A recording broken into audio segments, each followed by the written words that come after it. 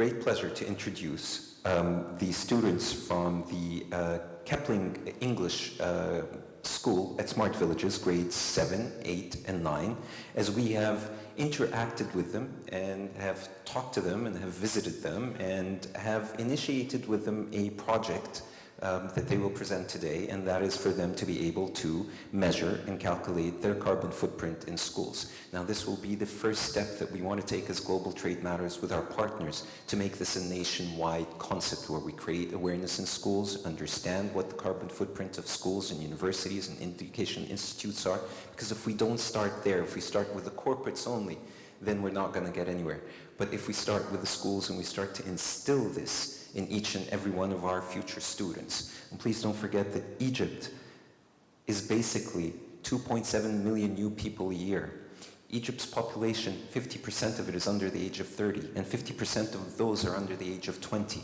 So we have a very, very big responsibility ahead of us to move away from the valley and the delta, to explore the rest of the 94% of our country and do it responsibly with new cities, new technologies.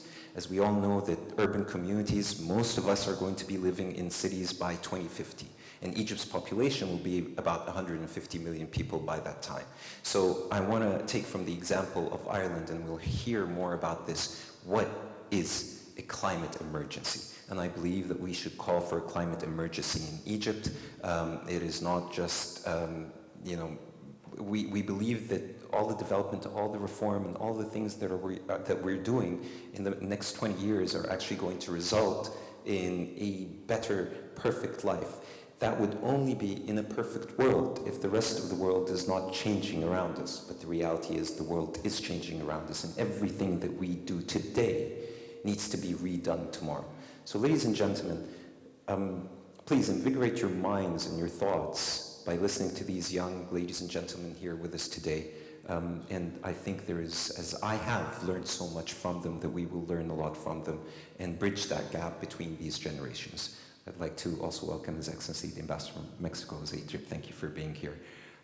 So, ladies and gentlemen, if I can have the students of our Kipling English School, grades 7, 8, and 9 to join us on the stage to give their presentation. Thank you.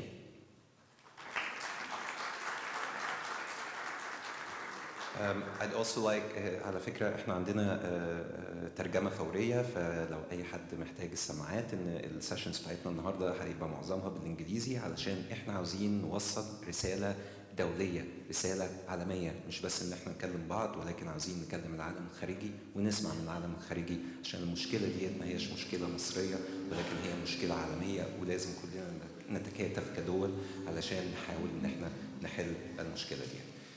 Gentlemen, ladies and gentlemen, are you ready? Thank you.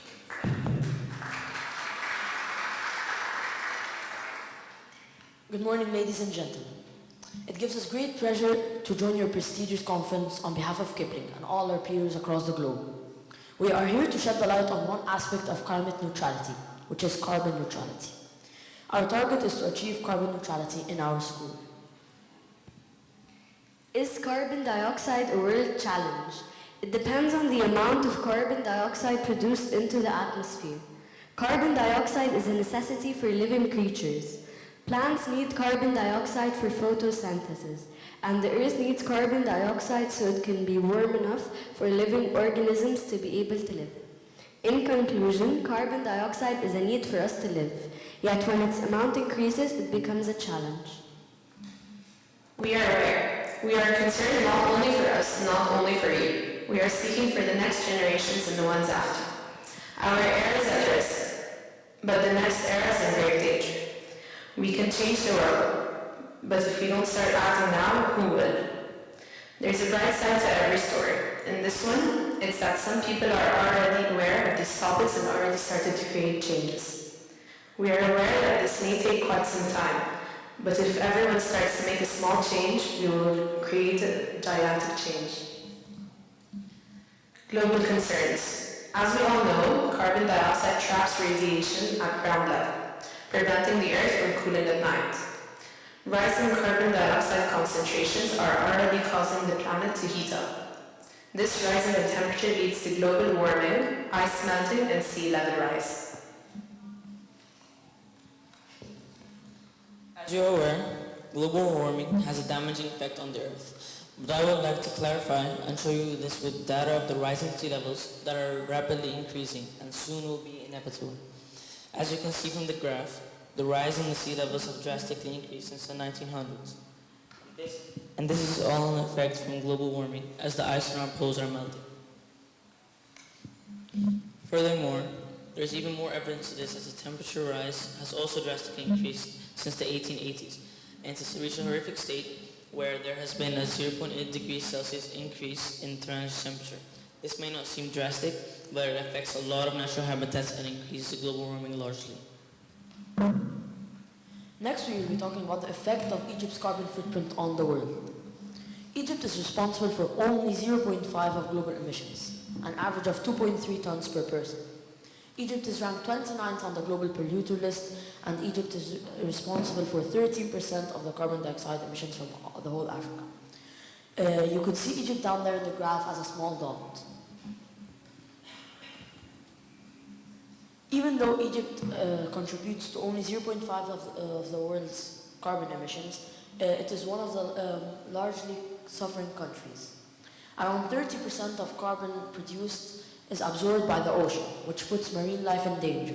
Coral reefs in Egypt are not going to stay around for long, and if the coral reefs were to die, Egypt's tourism would drop rapidly, as most people visit the Red Sea for scuba diving, affecting the country's economy. This is not the only problem. The North Coast is also expected to go underwater in a few decades, making 5.2 people lose their homes. It is also not that easy to find a home in a country where 92% is desert. A famous quote by Gandhi is, "If you want to change the world, you have to be the change." And our school is aware. So we started measuring our carbon footprint, and these are the results. In the transport section, we use around 57,000 kilograms of carbon yearly, while in our building we use 135,000 kilograms. There's actually a very big difference between winter and summer because of the AC. In winter we use 19,000 kilowatt hours. In summer we use 40,000. So AC doubles our use of carbon dioxide. Our visions. As we are building a new campus, we would like to have the following: trees instead of fences, separated trash cans with different colors for recycling, and we would love to use sunlight instead of electricity by using solar panels. Positive actions at Kipling. We started raising awareness by starting environmental awareness campaigns. As you can see here, these are some flyers designed by Kipling students and hung all over the school. We all know that carbon dioxide is affecting our planet. There are many ways to reduce it. For example, instead of using plastic bags and water bottles, you could use metal bottles and cloth bags. Carpool or ride a bus. Buy energy-efficient products like LED light bulbs that would last longer than a normal light bulb. You can also plant a tree or use sustainable biofuels. Little things make big differences. We would like to mention some global approaches like Singapore's. Singapore is committed under the agreement to reduce emission intensity by 36% from 2005 levels by 2030 and stabilize emissions with the aim of peaking around 2030. As you can see on this graph, emissions have already started decreasing. Now we would like to move on to Brazil. Brazil's 2012 emission fell by 5% from the year earlier and recorded as the country's lowest in 20 years. The country agreed to introduce ways to reduce greenhouse gas emissions by 43% by 2030. Brazil intends to take initiatives that include raising the share of renewable energy, wind and solar, in the country's energy mix to 45. Positive approach. A new Filipino law requires all students to plant at least 10 trees to be able to graduate, which was CNN reported. The goal is to promote intergenerational responsibility over environmental protection. We owe a lot to our older generation. They've given us everything we have, from our smartphones to our laptops that we can't live a day without. Although you've given us great innovatives, there were some side effects that we have inherited. We need to create a balance between nature and technology. As students, we do not have all the answers, but we hope that through the course of today, you, ladies and gentlemen, will give us the solutions.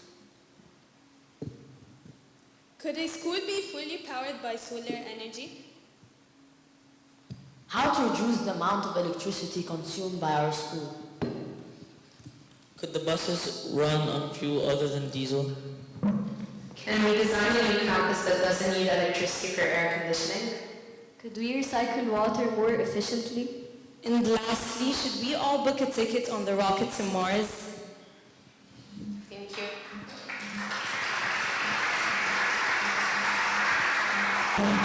you.